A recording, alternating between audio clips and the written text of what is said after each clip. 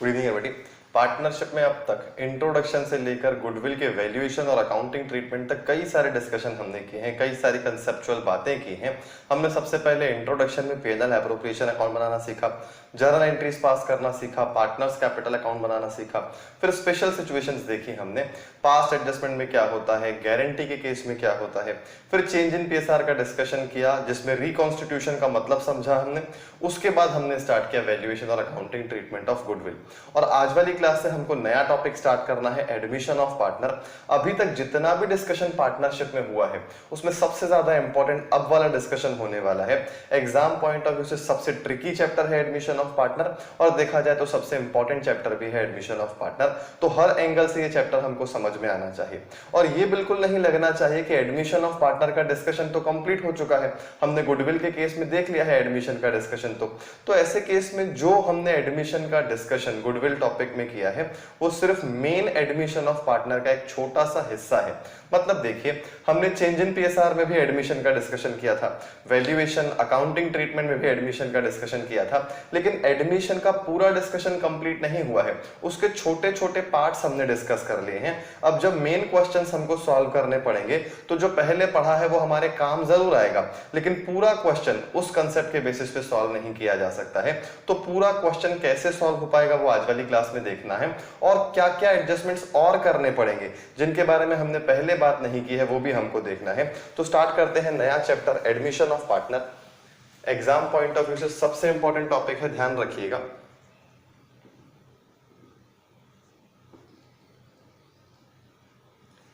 अब देखिए, admission of partner हो या फिर रिटायरमेंट ऑफ पार्टनर हो, डेथ ऑफ पार्टनर हो, हमको तीनों ही टॉपिक्स क्लास में डिस्कस करने हैं। तो फिलहाल एडमिशन की बात कर रहे हैं, रिटायरमेंट तो बाद में लेंगे, डेथ भी बाद में डिस्कस करेंगे। यहाँ पे जो एडजस्टमेंट्स कॉमन है वो हमको पता होने चाहिए, क्योंकि हम जो बातें यहाँ पे करने वाले हैं वही रिटायरमेंट में भी होंगी, वही डेथ में भी होंगी। गुडविल के केस में भी मैंने आपको ऐसा बोला था कि अगर आप गुडविल का मेन फंडा समझ जाएंगे कि जो पार्टनर गेन कर रहा है उसको पैसे देने पड़ेंगे और जो सेक्रीफाइस कर रहा है उसको पैसे मिलेंगे, तो एडमिशन में भी आपका काम हो जाएगा, रिटायरमेंट में भी हो जाएगा, डेथ में भी हो जाएगा। वैसी ही बात मैं यहाँ पे बोलूंगा, जो कंसेप्ट जो पॉइंट्स मैं अभी आपको बताने वाला हूं, अगर वो पॉइंट्स आपको प्रॉपरली समझ में आ जाते हैं तो आपका तीनों चैप्टर्स का काम हो जाएगा। फिर जो छोटे छोटे डिफरेंसेस हैं हमको उन पे फोकस करना पड़ेगा, बाकी पूरा चैप्टर हमारा रेडी हो जाएगा। तो समझिएगा मेरी बात को ध्यान से। एडमिशन का मीनिंग तो हम डिस्कस कर ही चुके हैं। नया पार्टनर फर्म में आता है तो वो कैपिटल और गुडविल का पैसा लेके आता है, ये हमने लास्ट चैप्टर में देखा है। तो एडमिशन का मतलब क्या होता है ये भी हमको मालूम ही है। अब हमको एडमिशन में गुडविल का एडजस्टमेंट पता है, लेकिन हमको ओवरऑल क्या क्या एडजस्टमेंट्स करने हैं ये हमको समझना है, और एग्जाम में क्या क्या पूछा जा सकता है ये भी समझना है। देखिए, एमसीक्यू के एंगल से देखेंगे, मल्टीपल चॉइस क्वेश्चंस के एंगल से देखेंगे तो फिर यहाँ पे बहुत सारी चीजें पूछी जा सकती हैं, लेकिन प्रैक्टिकल के एंगल से देखेंगे तो बैलेंस शीट किस तरह से बनानी है, रिवैल्यूएशन अकाउंट कैसे बनाना है, पार्टनर्स कैपिटल अकाउंट कैसे बनाना है, ये चीजें काम आने वाली हैं यहाँ पे एडमिशन में। और यही चीजें रिटायरमेंट में भी काम आएंगी, यही चीजें डेथ ऑफ पार्टनर में भी काम आएंगी। मतलब ये कि हमने जर्नल एंट्रीज का थोड़ा बहुत डिस्कशन किया है। देखिए, जब हमने जर्नल एंट्रीज का डिस्कशन किया गुडविल के केस में, तो हमने एडमिशन के केस में भी जर्नल एंट्रीज देखी, रिटायरमेंट के केस में भी जर्नल एंट्रीज देखी। तो जर्नल एंट्रीज का थोड़ा बहुत नॉलेज है, तो वो जर्नल एंट्रीज का नॉलेज यहाँ भी काम आएगा। इसके अलावा भी एंट्रीज पास करनी पड़ेंगी और लेजर्स भी बनाने पड़ सकते हैं। तो कुल मिला के एडमिशन ऑफ पार्टनर में एमसीक्यू बेस्ड क्वेश्चंस आ सकते हैं जो बहुत इंपॉर्टेंट है, हमको यहाँ पे डिस्कस करने ही करने हैं। Then second is journal entries पूछी जा सकती हैं, और तीसरा है लेजर्स, जिन पे बहुत ज्यादा फोकस हमने अभी तक नहीं किया है। इंट्रोडक्शन जब हमने डिस्कस किया तब पार्टनर्स कैपिटल अकाउंट बनाना सीखा, पीएनएल एप्रोप्रिएशन अकाउंट बनाना सीखा, उसके बाद से हमने लेजर्स नहीं बनाए हैं। फिर हमने जर्नल एंट्रीज ही पास की हैं, अकाउंटिंग ट्रीटमेंट में भी हमने जर्नल एंट्रीज का डिस्कशन ही किया है। तो अब हमको लेजर्स पे फोकस करना है, क्योंकि लेजर्स का डिस्कशन बहुत ज्यादा हमने नहीं किया है, लेकिन लेजर्स बहुत इंपॉर्टेंट है। अब कौन कौन से लेजर्स बनाने पड़ सकते हैं इसकी बात हम करेंगे, लेकिन फिलहाल हम पहले ये समझ लें कि एडमिशन ऑफ पार्टनर में एडजस्टमेंट्स कौन कौन से करने हैं। जर्नल एंट्रीज पास करनी पड़े, लेजर्स बनाने पड़े या फिर एमसीक्यू बेस्ड क्वेश्चंस पूछे जाएं, जो हमारा कंसेप्ट है वो तो चेंज नहीं हो जाएगा। अगर कंसेप्चुअल हमको सारी बातें पता है तो ये तीनों हमसे मैनेज हो जाएंगे, और अगर हमारा कंसेप्ट क्लियर नहीं है तो फिर चाहे कोई भी एग्जाम में क्वेश्चन आ जाए हमको प्रॉब्लम होगी ही होगी। तो ध्यान से समझिएगा, एडमिशन ऑफ पार्टनर के केस में सबसे पहले हमको फोकस करना होता है फर्म की बैलेंस शीट पे। सपोज ये फर्म की बैलेंस शीट है और इस बैलेंस शीट की डेट है 31 मार्च 21, 31 मार्च 2021। लाइबिलिटीज हैं और असेट्स हैं, और ये नए पार्टनर के एडमिशन से पहले की बैलेंस शीट है। यहां पे सपोज दो पार्टनर्स हैं, एस कैपिटल अकाउंट है, बीस कैपिटल अकाउंट है। अब हमको ये मालूम है कि पार्टनर का जो पैसा फर्म में लगा हुआ है उसको कैपिटल बोलते हैं, और यहाँ पे एक कैपिटल तो होगा नहीं, ये पहले से पार्टनरशिप फर्म है और अब एक नया पार्टनर सी फर्म में एडमिशन चाहता है। तो इस तरह के क्वेश्चंस हमने पहले भी देखे हैं। क्वेश्चन पूछने का स्टाइल उनका बिल्कुल सेम होगा, लेकिन अब हमको बैलेंस शीट पे फोकस करना है, क्योंकि बैलेंस शीट में ही बहुत सारे ऐसे पॉइंट्स होते हैं जिनका एडजस्टमेंट हमको करना पड़ता है। तो यहाँ पे एस कैपिटल, बीस कैपिटल है और कुछ असेट्स हैं, सपोज जमीन है, बिल्डिंग है, मशीन है, गुडविल, और यहां पे general reserve, capital reserve, profit and loss account, creditors, bills payables. इनके अमाउंट्स मैंने नहीं लिखे हैं, लेकिन बहुत सारे असेट्स और लायबिलिटीज फर्म में हैं, जैसा कि हमेशा होता है। और ये फर्म में सी के एडमिशन से जस्ट पहले की बैलेंस शीट है। ध्यान से सुनिएगा मेरी बात को, ये जो एडमिशन का डिसीजन है, नए पार्टनर को एडमिट करने का जो डिसीजन है, ये बहुत सोच समझ के लिया जाता है। तो अचानक से कभी भी पार्टनर को एडमिट नहीं किया जाता। जनरली पार्टनर का एडमिशन नए साल में होता है। 31 मार्च 2021 साल खत्म हुआ, 1 अप्रैल 2021 से नया पार्टनर एडमिट हो जाएगा। जनरली ऐसा होता है, हमेशा ऐसा नहीं होता, लेकिन हमारे कोर्स में तो हमेशा ही ऐसा होगा। मतलब हमको कभी भी इस तरह के क्वेश्चंस नहीं पूछे जाएंगे कि सी अचानक से बीच में एडमिशन ले रहा है, मतलब कि 31 जुलाई को सी का एडमिशन हो रहा है, 31 जनवरी को सी का एडमिशन हो रहा है, ऐसी बातें कभी नहीं की जाएंगी। मतलब ये बिल्कुल पक्की बात है कि जो ईयर एंड की बैलेंस शीट होती है हमको क्वेश्चन में वही दिखने वाली है। क्योंकि देखिए बहुत जरूरी है कि जिस दिन पार्टनर का एडमिशन हो रहा है, नए पार्टनर का, उस दिन की बैलेंस शीट हमको गिवन होनी चाहिए। और हमको मालूम है कि बैलेंस शीट डेली नहीं बनती है, 31 मार्च को ही बनती है। मतलब अगर बीच में एडमिशन हो जाए, 31 जुलाई को एडमिशन हो जाए, तो 31 जुलाई की बैलेंस शीट फिर हमारे पास अवेलेबल होनी चाहिए, तब तो हम प्रॉपरली एडजस्टमेंट कर पाएंगे। इसीलिए क्वेश्चन हमेशा ऐसा पूछा जाता है कि आपको एडमिशन दिखेगा 1 अप्रैल को ही, या फिर फाइनेंशियल ईयर, अकाउंटिंग ईयर जो होगा वो ही जनवरी टू दिसंबर है अगर, तो फिर 1 जनवरी को भी एडमिशन हो सकता है। कुल मिला के ईयर एंड की बैलेंस शीट आपको गिवन होगी और फिर उसी दिन पार्टनर का एडमिशन हो रहा होगा, और फिर आपको भी एक क्वेश्चन में बैलेंस शीट बनानी पड़ेगी। अब आपको लग रहा होगा कि बैलेंस शीट क्वेश्चन में गिवन भी है और हमको भी बैलेंस शीट बनानी है, ऐसा कैसे? तो यहाँ पे देखिए जो क्वेश्चन में बैलेंस शीट गिवन है वो पार्टनरशिप एडमिशन से पहले की बैलेंस शीट है, और जो आपको बैलेंस शीट बनानी है उसमें सी भी एडमिट हो चुका होगा। तो यहाँ पे एस कैपिटल, बीस कैपिटल और सीस कैपिटल भी आएगा, क्योंकि सी भी अपना कैपिटल लेके आता है। ये हमने पिछले चैप्टर में भी देखा है। गुडविल का पैसा भी लाता है, जो हम सैक्रिफाइसिंग पार्टनर्स में सैक्रिफाइसिंग रेशियो में बांट देते हैं। तो कुल मिला के आपको बिफोर एडमिशन की बैलेंस शीट दी जाएगी और आफ्टर एडमिशन बैलेंस शीट आपको बनानी पड़ेगी, जिसमें 3 पार्टनर्स होंगे। अब 3 पार्टनर्स होंगे, कैपिटल अकाउंट नया आएगा, ये तो हमको मालूम ही है, लेकिन इन जनरल कुछ एडजस्टमेंट्स करने होते हैं जो हमको आज समझने हैं। जिनके बारे में हमने पहले भी थोड़ा बहुत समझा है, लेकिन आज इनको डिटेल में समझना है। बहुत इंपॉर्टेंट है आज वाली क्लास, एक एक पॉइंट ध्यान से समझिएगा, नोट करिएगा, किस रेशो में एडजस्टमेंट हो रहा है वो भी नोट करिएगा। सबसे पहला एडजस्टमेंट है adjustment of reserves, distribution of reserves जिसको बोल सकते हैं, डिस्ट्रीब्यूशन ऑफ रिजर्व्स। ये जो बातें मैं आपको बता रहा हूं ये जरूरी नहीं है कि आपको क्वेश्चन में दिखें।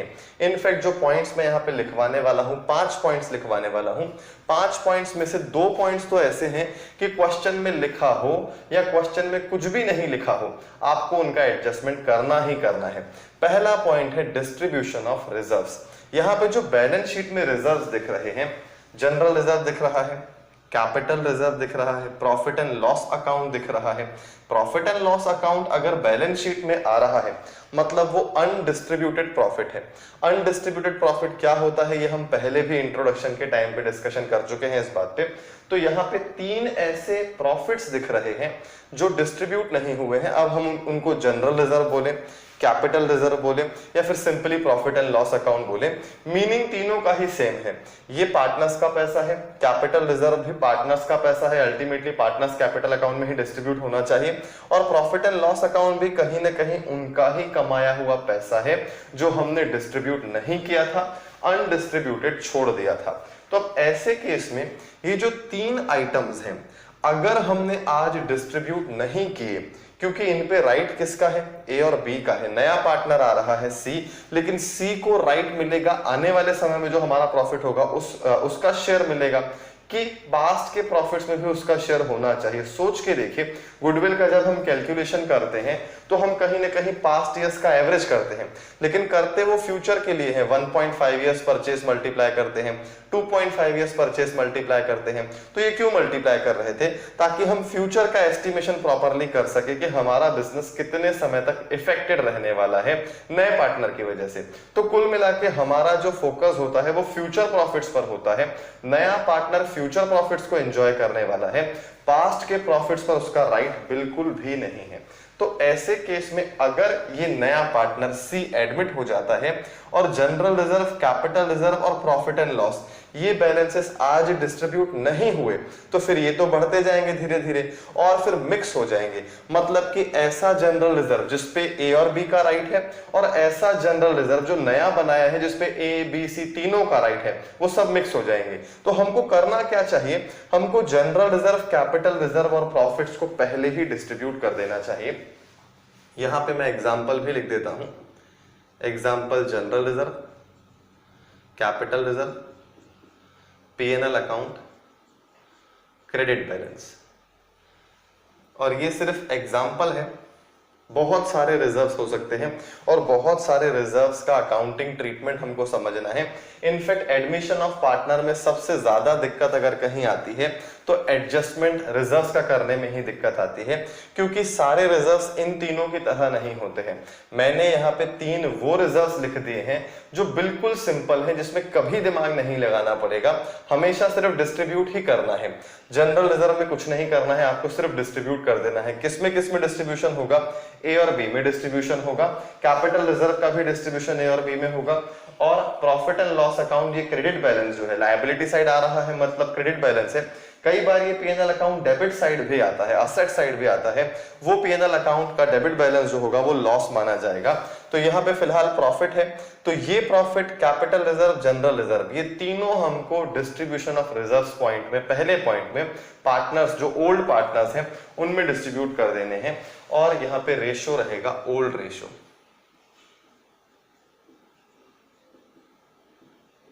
बहुत इंपॉर्टेंट बात है, हर पॉइंट में मैं आपको बताऊंगा कि रेशियो कौन सा यूज करना है, क्योंकि देखिए ये जो रिजर्व्स हैं वो कहीं ना कहीं इन्हीं दोनों की कमाई से बने हैं। ए और बी पहले पार्टनर थे, सी तो था नहीं, तो जनरल रिजर्व भी पहले का बना हुआ है, कैपिटल रिजर्व भी पहले का बना हुआ है। मैं ये नहीं बोल रहा हूं कि नया पार्टनर जब आएगा तो उसे जनरल रिजर्व कभी नहीं मिलेगा।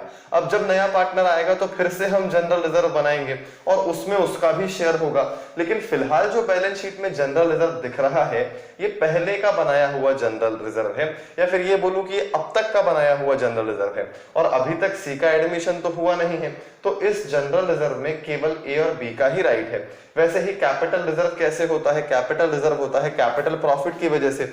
कोई जमीन बेची होगी तो प्रॉफिट हुआ होगा, कोई बिल्डिंग बेची होगी तो प्रॉफिट हुआ होगा, तो उस पे होने वाला प्रॉफिट हमने कैपिटल रिजर्व अकाउंट में ट्रांसफर कर दिया था, पार्टनर्स कैपिटल अकाउंट में डिस्ट्रीब्यूट नहीं किया था, तो आज उसको भी डिस्ट्रीब्यूट कर देंगे क्योंकि इस पे भी राइट ए और बी का है, सी का कोई राइट नहीं है। और प्रॉफिट एंड लॉस अकाउंट का बैलेंस वो तो ए और बी में बंटना ही चाहिए, ये बात मेरे ख्याल से आपको समझ में आ रही होगी कि नए पार्टनर का अभी तक के प्रॉफिट में कैसे शेयर हो सकता है। ये पहले का कमाया हुआ प्रॉफिट है जो इन्होंने डिस्ट्रीब्यूट नहीं किया है, तो अब एडमिशन से पहले इस प्रॉफिट को डिस्ट्रीब्यूट कर लेंगे।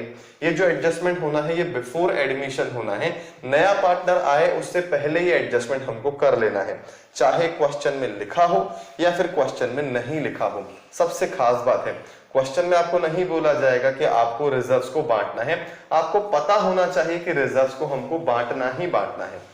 सेकेंड पॉइंट की बात करते हैं।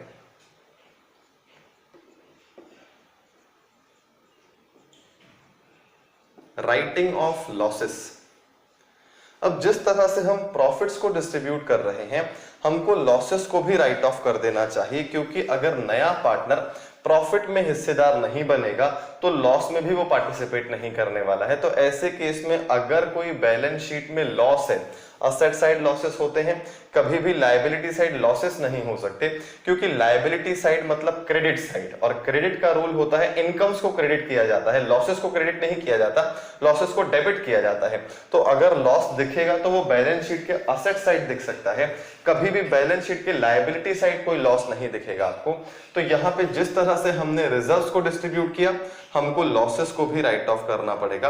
अब लॉसेस कौन कौन से हो सकते हैं? एक लॉस तो हमने ऑलरेडी डिस्कस कर लिया है, समझिएगा मेरी बात को ध्यान से। जब हम गुडविल का एडजस्टमेंट कर रहे थे, अकाउंटिंग ट्रीटमेंट ऑफ गुडविल का डिस्कशन कर रहे थे, तो हमने एक टर्म पढ़ा था balance sheet as per books, या फिर गुडविल एज पर बुक्स, यहाँ पर या फिर goodwill as per balance sheet. ये वही गुडविल है जिसके बारे में हमने ये समझा था कि ये गुडविल एक लॉस है और इस लॉस को नए पार्टनर के एडमिशन से पहले राइट ऑफ कर देना चाहिए। ये गुडविल बैलेंस शीट में कैसे आ गई, ये बात भी मैंने आपको बताई थी। कभी कभी हम रनिंग बिजनेस एक्वायर करते हैं और जिसमें हम पैसा ज्यादा दे देते हैं, तो जो डिफरेंस क्रिएट हो जाता है हम उसको गुडविल नाम दे देते हैं। अब देखा जाए तो वो हमारा लॉस है, लेकिन हमने उसको बैलेंस शीट में रिकॉग्नाइज कर लिया है और इसको धीरे धीरे राइट ऑफ करना होता है। पर फिर भी अगर ये लॉस आ रहा है और ये 31 मार्च 21 की बैलेंस शीट में दिख रहा है, मतलब ये लॉस जो है वो ए और बी की वजह से है, तो ए और बी ही अपने कैपिटल अकाउंट से इस लॉस को राइट ऑफ करेंगे। और हम इसकी एंट्री पास करते आए हैं अभी तक। पहली एंट्री इस गुडविल को राइट ऑफ करने की ही करते थे, A's capital debit B's capital debit to goodwill. ऐसा करने से गुडविल जो है वो राइट ऑफ हो जाती है, बैलेंस शीट से हट जाती है। तो ये डिस्कशन तो आपको वैसे भी समझ में आना चाहिए, क्योंकि हम ये ऑलरेडी करते आए हैं जर्नल एंट्रीज में। तो यहाँ पे एग्जांपल में हम गुडविल लिख सकते हैं।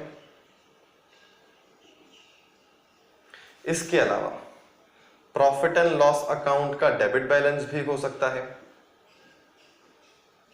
इसके अलावा डेफर्ड रेवेन्यू एक्सपेंडिचर्स होते हैं, जिसके बारे में हमने 11th में बात की है कि ऐसे कुछ एक्सपेंसेस होते हैं, ऐसे कुछ लॉसेस होते हैं जिनको हम असेट्स शो कर देते हैं बैलेंस शीट में। फिक्टिशियस असेट्स भी बोला जाता है। तो फिक्टिशियस असेट्स हमारे रियल असेट्स नहीं होते हैं। उसका एग्जांपल है एडवर्टीजमेंट एक्सपेंस। अब एडवर्टीजमेंट एक्सपेंस अगर हमको बैलेंस शीट में दिखेगा तो वो हमारा रियल असेट नहीं है, ये हम 11th में डिस्कस कर चुके हैं, वो हमारा फिक्टिशियस असेट है।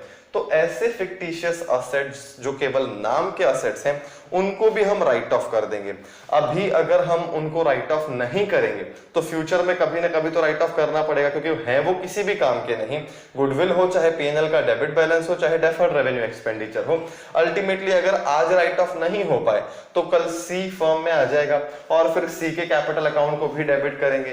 तो ऐसे केस में कई बार स्टूडेंट्स को ये लगता है कि ये तो प्लानिंग का अच्छा तरीका है, हमने रिजर्व्स को तो बांट दिया, क्योंकि रिजर्व्स तो हमारे काम के थे। ए और बी ने मिलकर क्या प्लानिंग की कि रिजर्व्स को बांट देते हैं और जो लॉसेस हैं उनको राइट ऑफ नहीं करते हैं, क्योंकि अगर लॉसेस को राइट ऑफ करेंगे, गुडविल को राइट ऑफ करेंगे, तो हमारी जो कैपिटल के बैलेंसेस हैं वो कैपिटल बैलेंसेस कम हो जाएंगे। और हम अपने कैपिटल बैलेंसेस क्यों कम करें? हम जनरल रिजर्व बांट देते हैं, सारे रिजर्व्स बांट देते हैं इनफैक्ट हम, लेकिन लॉसेस को छोड़ देते हैं, गुडविल को छोड़ देते हैं। ऐसा करने से हमारे बैलेंसेस ज्यादा होंगे और हम नए पार्टनर को भी उतना ही अमाउंट इन्वेस्ट करने के लिए बोल सकते हैं। लेकिन देखिए यहां पे सपोज सी एडमिट हो रहा है,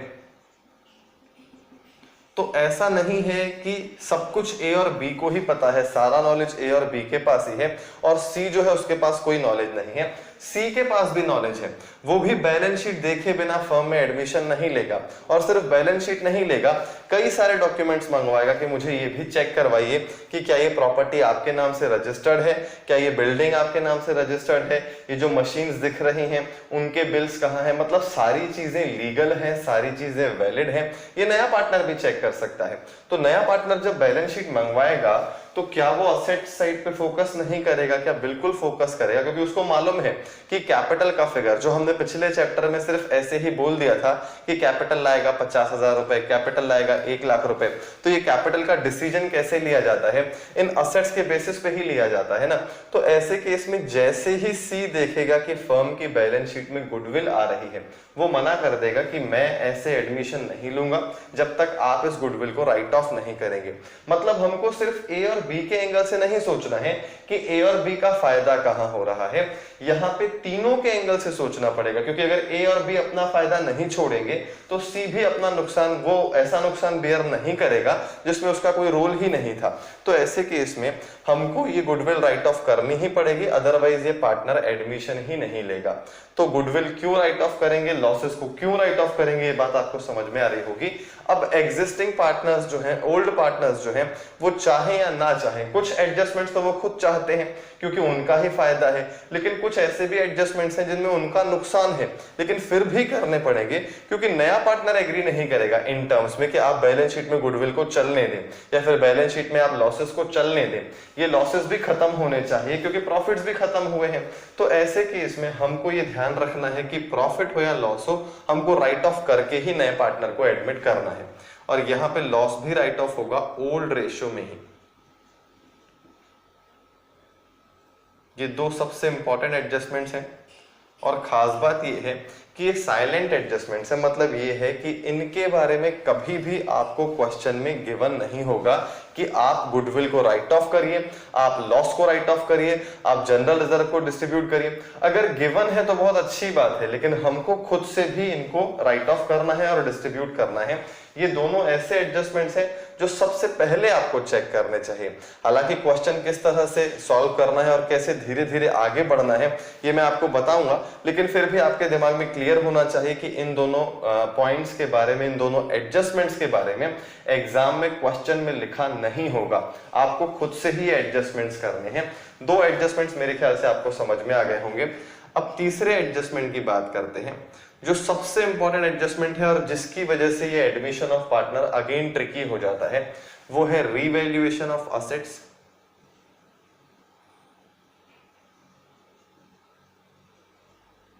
एंड रीअसेसमेंट ऑफ लायबिलिटीज।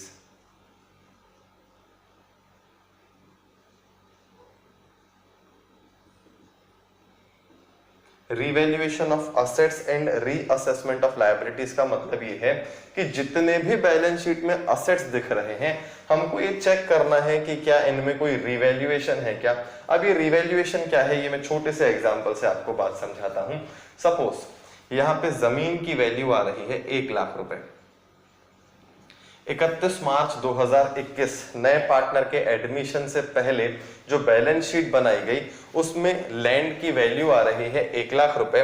अब हम जानते हैं कि जब हम बैलेंस शीट बनाते हैं तो हम कॉस्ट कंसेप्ट फॉलो करते हैं, जब हम अकाउंटिंग करते हैं तो हम कॉस्ट कंसेप्ट फॉलो करते हैं। 11th में हमने सीखा है कि हर असेट को कॉस्ट पे रिकॉर्ड किया जाता है। अब हमने जब ये जमीन खरीदी होगी, हो सकता है 10 साल पहले खरीदी हो सकता है 20 साल पहले खरीदी हो, लेकिन हमने जमीन को खरीदा होगा 1,00,000 रुपए में और इसीलिए आज भी इसकी वैल्यू बैलेंस शीट में 1,00,000 रुपए ही आ रही है। और हम अब नया पार्टनर एडमिट करने वाले हैं, तो सपोज ये जो जमीन है ये खरीदी गई थी 1 अप्रैल 1991।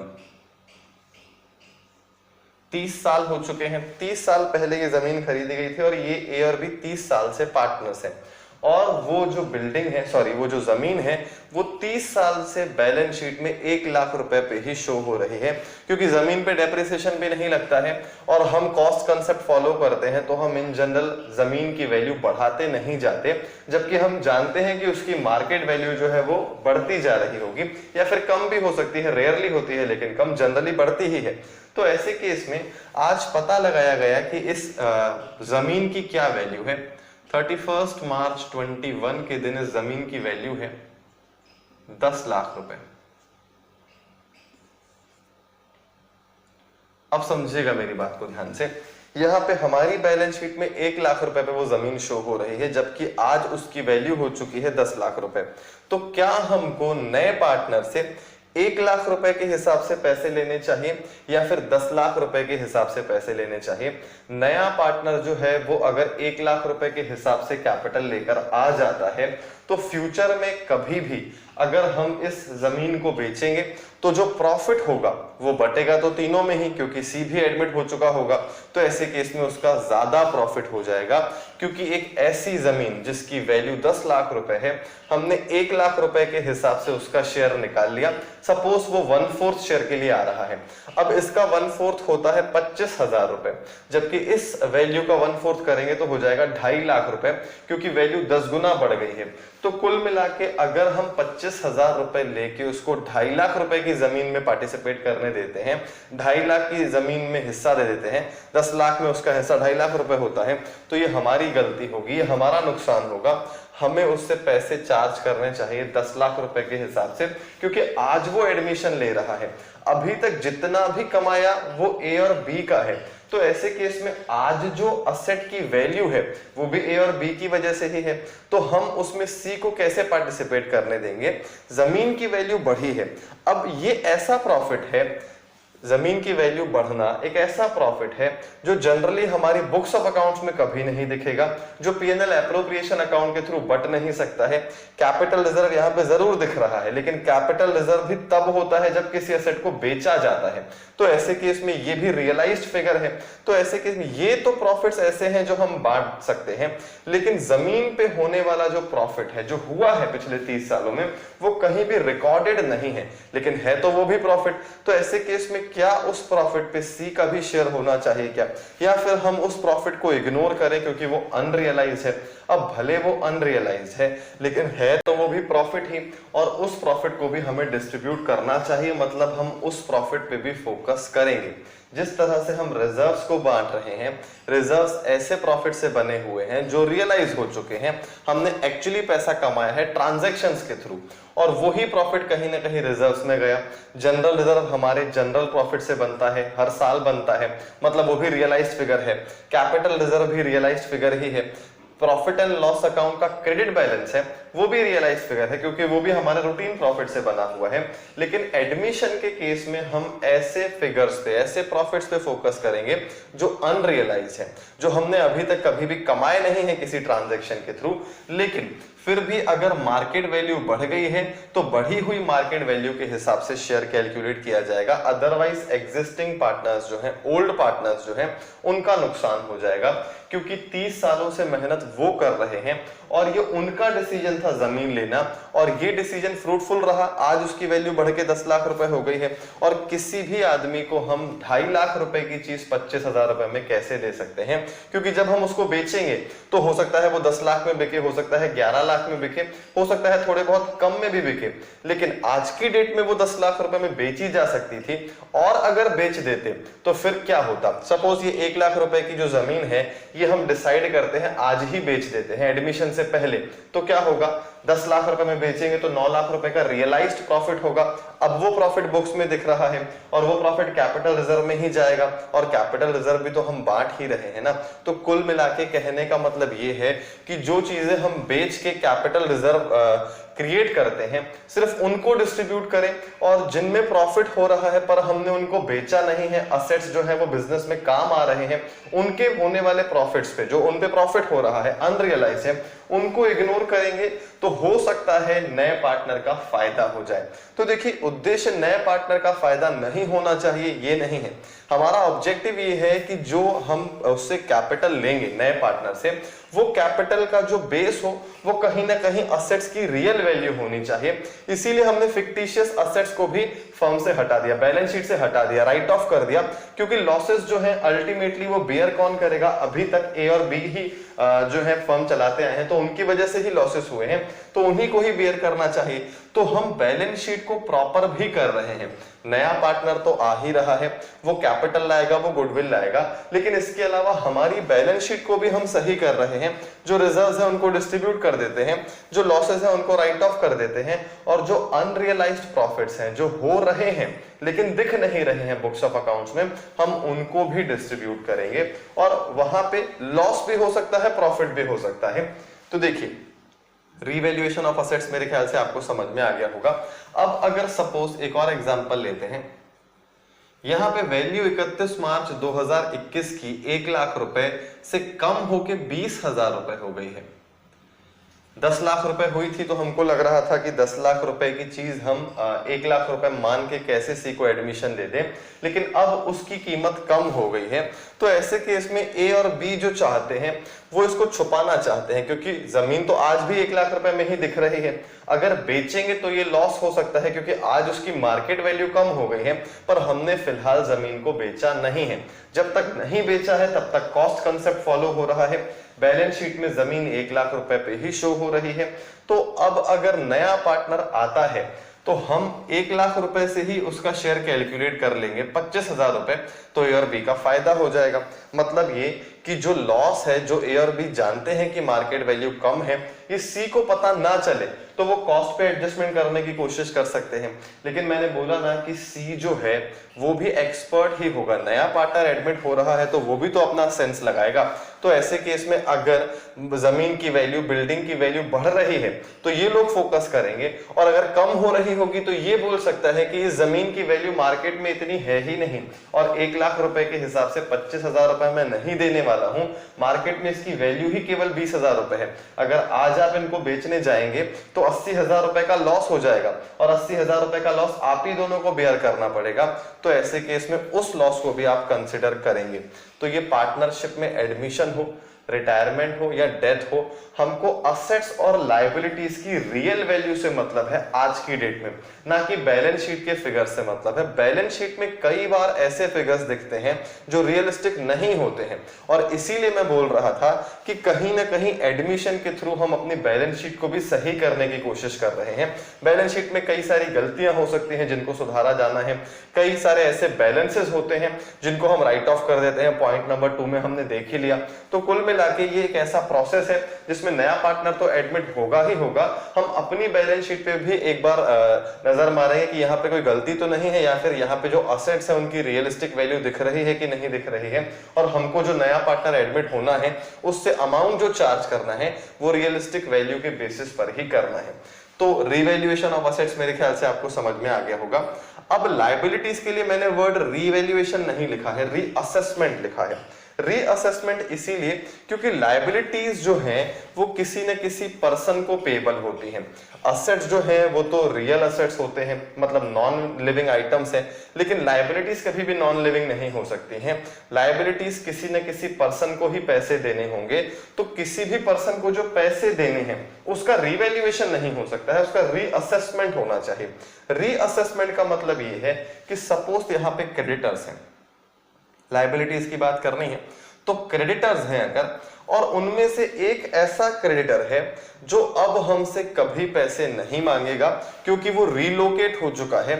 हम खुद उसके पास गए थे पर वो नहीं मिला, हम तो उसको पेमेंट करना चाहते हैं लेकिन वो अप्रोच ही नहीं कर पा रहे हैं, वो उसने शहर ही छोड़ दिया है। अब वो ना तो हमसे पैसे मांग रहा है ना ही हम उस तक पैसे पहुंचा सकते हैं, और 5 साल से वो हमारी क्रेडिटर्स की लिस्ट में दिख रहा है। सपोज क्रेडिटर्स हैं 25,000 रुपए, मतलब कि जितने भी टोटल सप्लायर्स हैं हमें उनका पेमेंट करना है 25,000, जिसमें से एक क्रेडिटर है 5,000 रुपए का, जो पिछले 5 साल से हमारे बुक्स ऑफ अकाउंट्स में दिख रहा है, लेकिन वो कभी भी क्लियर नहीं होने वाला है क्योंकि वो हमसे पैसे ले ही नहीं रहा है और हम उसको ढूंढ नहीं पा रहे हैं। तो क्या हम उस 5,000 रुपए के क्रेडिटर को कंटिन्यू करें क्या? अब देखा जाए तो वो लायबिलिटी बची ही नहीं है, अब हम उसका रीअसेसमेंट कर रहे हैं, मतलब फिर से चेक कर रहे हैं कि क्या ये लायबिलिटी अराइज होने वाली है कि नहीं होने वाली है। नहीं होने वाली है तो हम इसको भी प्रॉफिट मान लेंगे। मतलब देखिए, असेट्स के बढ़ने से प्रॉफिट होता है तो लायबिलिटीज के कम होने से भी प्रॉफिट होता है। या फिर यह भी हो सकता है कि एक ऐसा क्रेडिटर है जिसने बोला था कि हमको टाइमली पेमेंट कर देना, पर हमने उसको टाइमली पेमेंट नहीं किया था, अब वो इंटरेस्ट की डिमांड कर रहा है, अब वो बोल रहा है कि मुझे इंटरेस्ट भी चाहिए। तो ये इंटरेस्ट भी तो एक प्रकार से एक्सपेंस ही है ना, उस एक्सपेंस को भी प्रॉपरली रिकॉर्ड किया गया है कि नहीं किया गया है, उस लॉस को भी अभी देखना पड़ेगा। मतलब कुल मिला के पूरी बैलेंस शीट में जितने भी फिगर्स दिख रहे हैं, जितने भी असेट्स हैं, जितनी भी लायबिलिटीज हैं, हमको सबको चेक करना पड़ेगा। कहीं किसी असेट की वैल्यू में कोई चेंज तो नहीं है, कहीं किसी लायबिलिटी की वैल्यू में कोई चेंज तो नहीं है। अगर है और उससे प्रॉफिट लॉस हो रहा है तो उस प्रॉफिट लॉस को हम इस पॉइंट में कवर करेंगे, revaluation of assets, reassessment of liabilities. कहीं ना कहीं यहाँ पे असेट्स की बात भी हो गई और लायबिलिटीज की बात भी हो गई। मतलब पूरी बैलेंस शीट को एनालाइज करना पड़ेगा, पूरी बैलेंस शीट को रिव्यू करना पड़ेगा। एग्जैक्ट यही टर्म मुझे बोलना चाहिए। एडमिशन एक ऐसा प्रोसेस है जिसमें हम पूरी बैलेंस शीट को रिव्यू करते हैं। कोई भी असेट मिस हो रहा है जो हमारे पास है पर वो बैलेंस शीट में नहीं आ रहा है तो हम उसको भी कंसिडर करेंगे। छोटी छोटी गलतियां अगर हो गई होंगी तो हम उसको भी सुधारेंगे। असेट्स की रियलिस्टिक वैल्यू देखेंगे, लायबिलिटीज की भी रियलिस्टिक वैल्यू देखेंगे, जिसको रीअसेसमेंट बोल रहे हैं। किसी ने कोई डिस्काउंट दिया होगा जिससे हमारा फायदा हो रहा होगा तो वो भी देखेंगे। और ये सारी चीजें हम करेंगे रिवैल्यूएशन अकाउंट के थ्रू। एक रिवैल्यूएशन अकाउंट बनाना पड़ेगा और उस रिवैल्यूएशन अकाउंट में हम हर असेट्स और हर लायबिलिटीज पे होने वाला जो प्रॉफिट लॉस होगा वो रिकॉर्ड करेंगे। तो क्या ये जरूरी है कि हर असेट या हर लायबिलिटी पे कोई ना कोई प्रॉफिट लॉस हो? देखिए, जरूरी नहीं है। हो सकता है क्रेडिटर्स का जो ये अमाउंट है 25,000 रुपए, ये बिल्कुल फाइनल फिगर है। हमने 2-3 महीने पहले ही सारी चेकिंग की थी, बैलेंस शीट को रिव्यू किया था और जो भी एडजस्टमेंट करना था हमने इस साल के प्रॉफिट एंड लॉस अकाउंट में ही वो एडजस्टमेंट कर दिया है। और अब जो ये फिगर दिख रहा है ये बिल्कुल रियलिस्टिक है। अगर ये बिल्कुल रियलिस्टिक फिगर है तो हम नई बैलेंस शीट तो बनाने वाले ही हैं आफ्टर एडमिशन वाली, उसमें ये फिगर सीधा सीधा लिख देंगे। रिवैल्यूएशन में ये आएगा ही नहीं। तो रिवैल्यूएशन में फिर क्या आएगा? रिवैल्यूएशन में वो पॉइंट्स आएंगे जो रिव्यू के टाइम पे हमको जिनकी वैल्यू सही नहीं लगी है। जमीन की वैल्यू 1 लाख रुपए से 10 लाख रुपए होनी चाहिए या फिर 1 लाख रुपए से 20,000 रुपए हो जानी चाहिए। ये पॉइंट रिवैल्यूएशन अकाउंट में जरूर आएगा क्योंकि वैल्यू चेंज हो रही है। मतलब हर उस असेट को, हर उस लायबिलिटी को जिसकी वैल्यू चेंज हो रही है, तो जितनी भी वैल्यू चेंज हो रही होगी वो रिवैल्यूएशन अकाउंट में आएगी और फिर जो उसकी लेटेस्ट वैल्यू होगी वो नई बैलेंस शीट में आ जाएगी। जैसे मैंने आपको बोला ना, 1 लाख रुपए की जमीन 20,000 रुपए की हो गई है तो यहाँ पे 80,000 रुपए का नुकसान हो गया है। 80,000 रुपए का नुकसान रिवैल्यूएशन अकाउंट में जाएगा और हमारी जो नई बैलेंस शीट बनेगी उसमें उस जमीन की रियलिस्टिक वैल्यू आएगी 20,000 रुपए। और ये हमको हर असेट और हर लायबिलिटीज के केस में करना है। तो हमें कैसे पता चलेगा कि किस असेट में रिवैल्यूएशन होना है, किस में नहीं होना है? तो ये एक ऐसा एडजस्टमेंट है जिसके बारे में क्वेश्चन में पूरी जानकारी गिवन होगी, फुल इंफॉर्मेशन गिवन होगी। पहले के जो 2 एडजस्टमेंट्स हैं, डिस्ट्रीब्यूशन ऑफ रिजर्व्स और राइटिंग ऑफ लॉसेस, इसके लिए क्वेश्चन में इंफॉर्मेशन नहीं भी गिवन होगी तो भी हम ये एडजस्टमेंट्स करेंगे। लेकिन रिवैल्यूएशन ऑफ असेट्स और रीअसेसमेंट ऑफ लायबिलिटीज ये एक ऐसा एडजस्टमेंट है जो बिना इंफॉर्मेशन के हम कर ही नहीं सकते। अपने मन से हम कैसे किसी एसेट की वैल्यू डिसाइड करेंगे, अपने मन से हम कैसे किसी लायबिलिटी की वैल्यू डिसाइड करेंगे? ये तो सिर्फ तभी पॉसिबल है जब क्वेश्चन में गिवन हो असेट्स की न्यू वैल्यू, क्वेश्चन में गिवन हो लायबिलिटीज की न्यू वैल्यू। अगर क्वेश्चन में लिखा होगा कि जमीन की वैल्यू बढ़ के 1,20,000 रुपए हो गई है तो हम मानेंगे कि 20,000 रुपए का फायदा है। नहीं लिखा हुआ है, किसी भी असेट, किसी भी लायबिलिटी के बारे में अगर नहीं लिखा हुआ है क्वेश्चन में, तो मान लिया जाएगा कि उनकी फाइनल वैल्यू बैलेंस शीट में दिख रही है, वो ही वैल्यू आगे कंटिन्यू होने वाली है। क्रेडिटर्स के बारे में कुछ नहीं लिखा है तो रिवैल्यूएशन में नहीं लिखेंगे, कोई वैल्यू चेंज नहीं होगी। सीधे सीधे जब नई बैलेंस शीट बनाएंगे तब क्रेडिटर्स को फिर से लिख देंगे, लेकिन जब नई बैलेंस शीट बनाएंगे तब रिजर्व्स को फिर से नहीं लिखेंगे, क्योंकि रिजर्व्स तो पॉइंट नंबर 1 में बट गए। ये छोटी छोटी बातें हैं ध्यान रखने वाली। General reserve, capital reserve, profit and loss account, इनको तो हमने पहले ही पॉइंट में डिस्ट्रीब्यूट कर दिया, तो नई बैलेंस शीट में वो क्यों दिखेंगे? क्योंकि नई बैलेंस शीट में नहीं दिखे इसीलिए तो हमने डिस्ट्रीब्यूट किया।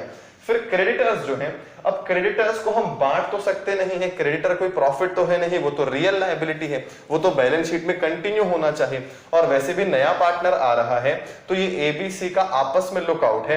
नया पार्टनर आने की वजह से क्रेडिटर्स अपना क्लेम छोड़ तो नहीं देंगे, तो क्रेडिटर्स तो अभी भी लायबिलिटी की तरह ही हमारी बैलेंस शीट में शो होने चाहिए, तो ये लायबिलिटी सीधे सीधे न्यू बैलेंस शीट में चली जाएगी। मतलब ये कि जो ऐसे प्रॉफिट्स हैं जिनका डिस्ट्रीब्यूशन पेंडिंग था उनको हम पहले पॉइंट में डिस्ट्रीब्यूट कर देंगे। ऐसे लॉसेस जो बैलेंस शीट में असेट्स की तरह आ रहे हैं हम उनको भी राइट ऑफ कर देंगे। फिर अब रियल असेट्स और रियल लायबिलिटीज हमारे पास रह जाएंगी जिनकी रियल वैल्यूज पे हम फोकस करेंगे। वैल्यू में थोड़ा बहुत चेंज होगा तो वो चेंज रिवैल्यूएशन अकाउंट के थ्रू करके नई बैलेंस शीट में नई वैल्यू लिखेंगे, और अगर कोई चेंज नहीं है तो हम सीधे सीधे वही वैल्यू जो हमको ओल्ड बैलेंस शीट में दिख रही है वो न्यू बैलेंस शीट में लिख देंगे। बिल्डिंग सपोज 80,000 रुपए की है, पूरे क्वेश्चन में बिल्डिंग के बारे में कुछ भी नहीं लिखा हुआ है, मतलब 80,000 रुपए उसकी फाइनल वैल्यू है, तो हम न्यू बैलेंस शीट में भी 80,000 रुपए ही लिख देंगे। तो मेरे ख्याल से ये सारी बातें आपको समझ में आ रही हैं। ये डिस्कशन देखिए बहुत इंपॉर्टेंट इसीलिए भी है क्योंकि यही डिस्कशन एडमिशन में भी काम आएगा, यही सारी बातें रिटायरमेंट में भी काम आएंगी और डेथ में भी यही बातें काम आएंगी। और आपको एक बात और समझ में आनी चाहिए कि क्वेश्चन जो एग्जाम में पूछे जाएंगे उसमें हमसे क्या क्या पूछा जा सकता है। जर्नल एंट्रीज तो पूछी जा ही सकती है, न्यू बैलेंस शीट भी पूछी जा सकती है, लेजर्स तो पूछे जा ही सकते हैं, न्यू बैलेंस शीट भी पूछी जा सकती है। मतलब ये कि नई बैलेंस शीट के आने के चांसेस बहुत ज्यादा हैं, क्योंकि ये बिफोर एडमिशन की बैलेंस शीट के बाद जो भी चेंजेस होंगे नई बैलेंस शीट बहुत इंपॉर्टेंट हो जाती है। अब नई बैलेंस शीट के साथ लेजर्स पूछे जाते हैं या फिर नई बैलेंस शीट के साथ जर्नल एंट्रीज पूछी जाती हैं, ये क्वेश्चन पे डिपेंड करता है, कुछ भी पूछा जा सकता है। यहाँ पे 4th पॉइंट में ऐड कर देता हूं बैलेंस शीट, और लेजर्स जो मैंने लिखा है इस लेजर्स में सबसे इंपॉर्टेंट लेजर है रिवैल्यूएशन अकाउंट, जिसका डिस्कशन हमको करना है। पार्टनर्स कैपिटल अकाउंट तो हमने ऑलरेडी देखा है, लेजर्स में यही दोनों मेन लेजर्स हैं, रिवैल्यूएशन अकाउंट और partners capital account. Journal entries में तो सारी एंट्रीज इंपॉर्टेंट है, उसमें रिवैल्यूएशन भी होगा, पार्टनर्स कैपिटल के एडजस्टमेंट्स भी होंगे, सारी चीजें दिखेंगी। पर बैलेंस शीट जो है, बैलेंस शीट दोनों के साथ पूछी जा सकती है, जर्नल एंट्रीज के साथ भी और लेजर्स के साथ भी। तो ये 3 एडजस्टमेंट्स मेरे ख्याल से आपको समझ में आ गए होंगे। सबसे ट्रिकी एडजस्टमेंट है revaluation of assets and reassessment of liabilities. और जो फाइनल रिजल्ट होगा, देखिए हमने सारे असेट्स को रिवैल्यू कर दिया, उनकी रियलिस्टिक वैल्यू देखी और रियलिस्टिक वैल्यू के हिसाब से चेंजेस भी कर दिए। लायबिलिटीज के केस में भी ऐसा ही किया, जो लायबिलिटी कम हो रही थी उसको कम कर दिया, जो बढ़ रही थी बढ़ा दिया। कई बार देखिए बैलेंस शीट में प्रोविजंस आ रहे होते हैं, प्रोविजन फॉर वर्कमैन कंपनसेशन, हमने 11th में पढ़ा है कंजर्वेटिज्म प्रिंसिपल, प्रूडेंस प्रिंसिपल, जो ये बोलता है कि फ्यूचर में होने वाले लॉसेस को आज ही अकाउंट फॉर कर दिया जाएगा। तो ऐसे केस में 31 मार्च 21 के दिन हो सकता है बैलेंस शीट में प्रोविजंस आ रहे हों और उस प्रोविजन की जरूरत ही ना पड़े आगे, तो उन प्रोविजन को हमने क्रिएट कर लिया है पर आगे जरूरत नहीं पड़ने वाली है, तो वो हम कहीं ना कहीं रिवर्स कर देंगे। कुल मिला के हम अपनी बैलेंस शीट को थॉरोली रिव्यू कर रहे हैं, जो भी आइटम्स हमको एडजस्ट करने पड़ेंगे हम करेंगे, और किस अकाउंट के थ्रू करेंगे, रिवैल्यूएशन अकाउंट के थ्रू करेंगे। अब यहाँ पे स्टूडेंट्स को दिक्कत कहाँ होती है, क्योंकि ऐसे कई सारे एडजस्टमेंट जो पहले हम प्रॉफिट एंड लॉस अकाउंट में किया करते थे हम उनको भी रिवैल्यूएशन अकाउंट के थ्रू करते हैं। जैसे सपोज यहाँ पे मशीन लिखा हुआ है 40,000 रुपए और आपको एडिशनल इंफॉर्मेशन में दिया जाता है कि मशीन को डेप्रिशिएट करना है, तो हमको मालूम है कि ये डेप्रिसिएशन तो प्रॉफिट एंड लॉस अकाउंट में जाता है, लेकिन normally depreciation profit and loss account में जाता है। फिलहाल एडमिशन के केस में कोई भी प्रॉफिट होगा या फिर कोई भी लॉस होगा वो रिवैल्यूएशन अकाउंट में ही जाएगा। मतलब रिवैल्यूएशन अकाउंट अपने आप में एक नॉमिनल अकाउंट है, एक ऐसा अकाउंट है जिसके थ्रू हम प्रॉफिट लॉस का कैलकुलेशन करेंगे। लिख सकते हैं, ये एग्जाम पॉइंट ऑफ व्यू से बहुत इंपॉर्टेंट क्वेश्चन है। रिवैल्यूएशन अकाउंट एक नॉमिनल अकाउंट है। नॉमिनल अकाउंट या तो अपने आप में इनकम या एक्सपेंस होता है या फिर एक ऐसा लेजर होता है जिससे प्रॉफिट और लॉस को कैलकुलेट किया जा सकता है। जैसे ट्रेडिंग अकाउंट हमने 11th में सीखा, वो नॉमिनल अकाउंट था। जैसे प्रॉफिट एंड लॉस अकाउंट हमने 11th में सीखा, वो नॉमिनल अकाउंट था, क्योंकि ट्रेडिंग से जीपी निकलता है, प्रॉफिट एंड लॉस अकाउंट से एनपी निकलता है। ये भी एक नॉमिनल अकाउंट है, इससे भी प्रॉफिट लॉस का कैलकुलेशन होगा। जितने भी असेट्स को हमने रीवैल्यू किया, जितनी भी लायबिलिटीज को हमने रीअसेस किया, वो तो सारी कवर हो ही गई। इसके अलावा जो छोटे छोटे एक्सपेंसेस छूटे हुए थे, छोटे छोटे रेक्टिफिकेशंस थे जो हम प्रॉफिट एंड लॉस में करते आए हैं, अभी वैल्यूएशन ऑफ गुडविल में देखे थे, वैल्यूएशन ऑफ स्टॉक में कोई चेंजेस है, सपोज ओवर वैल्यूएशन हुआ है या अंडर वैल्यूएशन हुआ है, तो ये सारे एडजस्टमेंट्स हमने प्रॉफिट के एंगल से तो देख लिए कि प्रॉफिट पे क्या फर्क पड़ेगा, गुडविल कैसे कैलकुलेट होगी, लेकिन अकाउंटिंग एंगल से देखा जाए तो ये सारे पॉइंट्स रीवैल्यूएशन में कवर होते हैं। हर वो छोटा आइटम जो हम प्रॉफिट एंड लॉस अकाउंट में डाल देते थे, अब वो रिवैल्यूएशन अकाउंट में जाएगा। और ऐसा इसलिए नहीं है कि प्रॉफिट एंड लॉस अकाउंट अब बनेगा नहीं, लेकिन प्रॉफिट एंड लॉस अकाउंट बनेगा तो अब वो नेक्स्ट ईयर ही बनेगा ना। 31 मार्च 2021 की जो ये बैलेंस शीट बनाई गई है, ये trading account profit and loss account के बाद ही बनाई गई होगी, और इनफैक्ट ये पार्टनरशिप है तो पीएनएल एप्रोप्रिएशन अकाउंट के भी बाद ही बनाई गई होगी। तो ऐसे केस में जितने भी एडजस्टमेंट्स हो चुके हैं वो तो ठीक है, लेकिन जो एडजस्टमेंट्स छूट गए हैं, क्या हम उनको नेक्स्ट ईयर के प्रॉफिट एंड लॉस अकाउंट में लेकर जाएं क्या? नेक्स्ट ईयर तक तो सी भी आ चुका होगा, इसीलिए हम एक अकाउंट एक्स्ट्रा बना लेते हैं, रिवैल्यूएशन अकाउंट। और देखा जाए तो हम एक एक्स्ट्रा अकाउंट बनाने से बच रहे हैं। रिवैल्यूएशन अकाउंट रिवैल्यूएशन के लिए तो बनाया ही था, तो फिर हम रेक्टिफिकेशन भी उसी के थ्रू कर देते हैं। ये स्टूडेंट्स को कंफ्यूजन ही रहता है हमेशा कि सर रिवैल्यूएशन अकाउंट में तो हर चीज चली जा रही है। तो रिवैल्यूएशन अकाउंट अपने आप में बनाया जरूर रिवैल्यूएशन के लिए गया है, लेकिन हर वो छोटा एडजस्टमेंट, छोटा हो या बड़ा हो, हम रिवैल्यूएशन अकाउंट से ही कर लेंगे जिसमें प्रॉफिट या लॉस हो रहा है, क्योंकि हमको अल्टीमेटली इस अकाउंट से प्रॉफिट लॉस का कैलकुलेशन करना है, और उस प्रॉफिट लॉस पे भी केवल ए और बी का ही राइट होगा, क्योंकि हम जितनी भी गलतियां कर चुके हैं उसके वजह से अगर कोई लॉस हो रहा है तो ए और बी बियर करेंगे, और अगर हमारा असेट जिसकी वैल्यू बढ़ गई है उस पे फायदा जो हो रहा है वो भी ए और बी को ही मिलना चाहिए, क्योंकि सी तो आया ही नहीं है। तो हम रिवैल्यूएशन अकाउंट, एक जो नॉमिनल अकाउंट है, उससे जो प्रॉफिट लॉस कैलकुलेट करेंगे वो भी ओल्ड रेशियो में ही डिस्ट्रीब्यूट करेंगे। ये सबसे खास बात है। पहला एडजस्टमेंट ओल्ड रेशियो में हुआ, दूसरा एडजस्टमेंट ओल्ड रेशियो में हुआ, तीसरा एडजस्टमेंट भी ओल्ड रेशियो में ही हुआ, मतलब अभी तक और कोई रेशियो काम आया ही नहीं है। अब fourth point, adjustment of goodwill.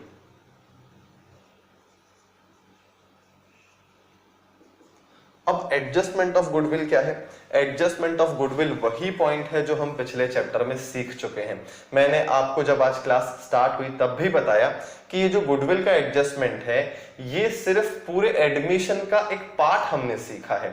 अब देखिए, ये पार्ट जो है इसमें हमने जर्नल एंट्रीज पास की, तो जर्नल एंट्रीज के एंगल से तो हमको पता है कि जो पार्टनर सेक्रीफाइस कर रहा होगा उसे गुडविल का शेयर मिल जाएगा। यहाँ पे गुडविल मैंने अलग लिखा है, यहाँ पे एडजस्टमेंट ऑफ गुडविल अलग है। दो अलग अलग पॉइंट्स दिख रहे हैं। ये वाली गुडविल जो है ये लॉस है, ये बैलेंस शीट वाली गुडविल है, और जो ये एडजस्टमेंट होना है गुडविल का, उसकी वैल्यू बैलेंस शीट में नहीं दिखेगी, उसकी वैल्यू आपको सेपरेटली क्वेश्चन में दी जाएगी, और ये गिवन होगी ही होगी। रिवैल्यूएशन ऑफ असेट्स और रीअसेसमेंट ऑफ लायबिलिटीज में तो हमने ये समझा कि अगर किसी एसेट के बारे में कुछ नहीं लिखा हुआ है मतलब रिवैल्यूएशन नहीं होगा उसका, लेकिन गुडविल का ऐसा एडजस्टमेंट है जो होगा ही होगा, क्योंकि ये सिर्फ फर्म लेवल पे नहीं, ये पार्टनर्स आपस में एडजस्टमेंट कर रहे हैं। नया पार्टनर आ रहा है तो पक्का वो किसी न किसी से तो शेयर खरीद ही रहा होगा, तो उसको गुडविल का पैसा तो देना ही पड़ेगा। तो इसीलिए गुडविल की वैल्यू तो क्वेश्चन में गिवन होगी ही होगी, ये बिल्कुल पक्की बात है। और ये एडजस्टमेंट किस तरह से होना है ये हमको ऑलरेडी पता है। ये एडजस्टमेंट होना है सैक्रिफाइसिंग रेशियो में।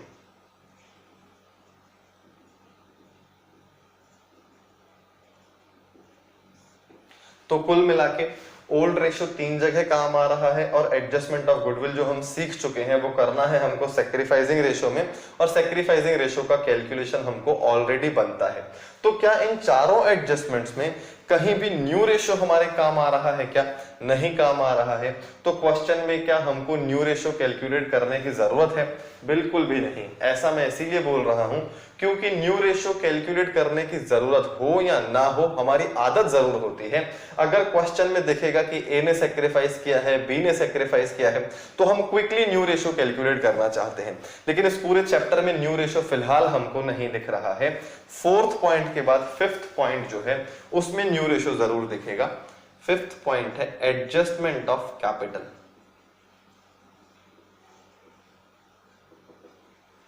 अब ये जो एडजस्टमेंट ऑफ कैपिटल है ये इन जनरल पिछले साल हटा दिया गया था कोर्स से, और इस बार भी ये हटा ही दिया गया है, लेकिन फिर भी मैं पूरी तरह से श्योर नहीं हूं। इस पॉइंट को हम पेंडिंग रखते हैं। यहां पे आप जरूर लिख सकते हैं new ratio, new profit sharing ratio, और ये अकेला एडजस्टमेंट है जिसके लिए हमको न्यू रेशियो की जरूरत है। और अगर ये होल्ड पे है, मतलब ये कोर्स में पूछा नहीं जाने वाला है, तो हमको देखा जाए तो न्यू प्रॉफिट शेयरिंग रेशियो फिर काम ही नहीं आएगा, क्योंकि बाकी चारों एडजस्टमेंट्स जो हमारे कोर्स में है, जो हमको रेगुलरली डिस्कस करने हैं, उनमें न्यू रेशियो का कहीं भी जिक्र नहीं है। और न्यू रेशियो जहां काम आता है वो एडजस्टमेंट ही हट गया है।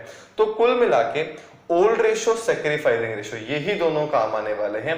पर फिर भी अगर क्वेश्चन में न्यू रेशियो गिवन है तो वो new ratio old minus new करके सैक्रिफाइसिंग रेशियो निकालने के ही काम आ सकता है। और एक बात और जो बिल्कुल नहीं भूलनी है, अगर ओल्ड रेशियो भी गिवन है, अब न्यू रेशियो भी गिवन नहीं है, सैक्रिफाइसिंग भी गिवन नहीं है, तो फिर तो ओल्ड रेशियो ही सैक्रिफाइसिंग रेशियो हो जाएगा।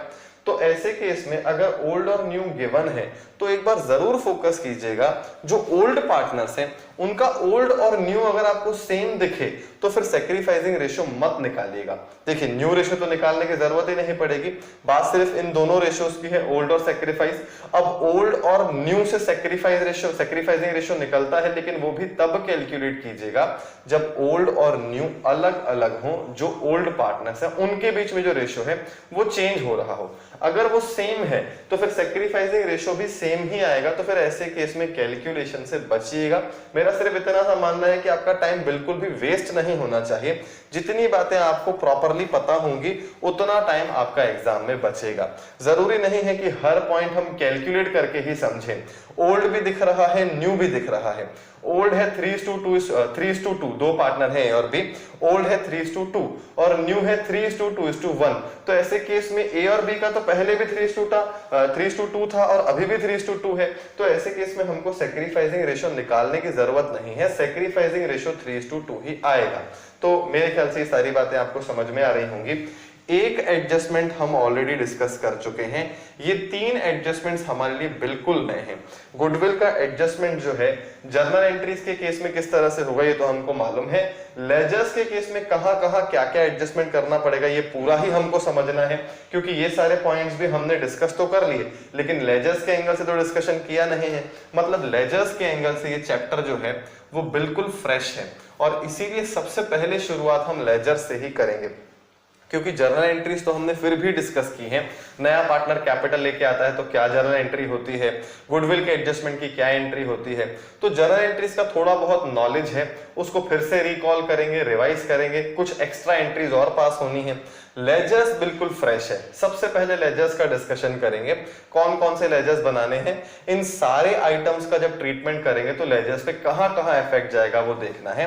पर उससे पहले आपको ये सारी चीजें प्रॉपरली समझ में आनी चाहिए जो मैंने आज वाली क्लास में आपको बताई हैं। रिजर्व्स का बांटना, प्रॉफिट एंड लॉस में जो लॉसेस है उनका राइट ऑफ करना, रीवैल्यूएशन और रीअसेसमेंट ऑफ लायबिलिटी सबसे इंपॉर्टेंट। जितने भी असेट्स हैं, जितनी भी लायबिलिटीज हैं, उनको रिव्यू करना है।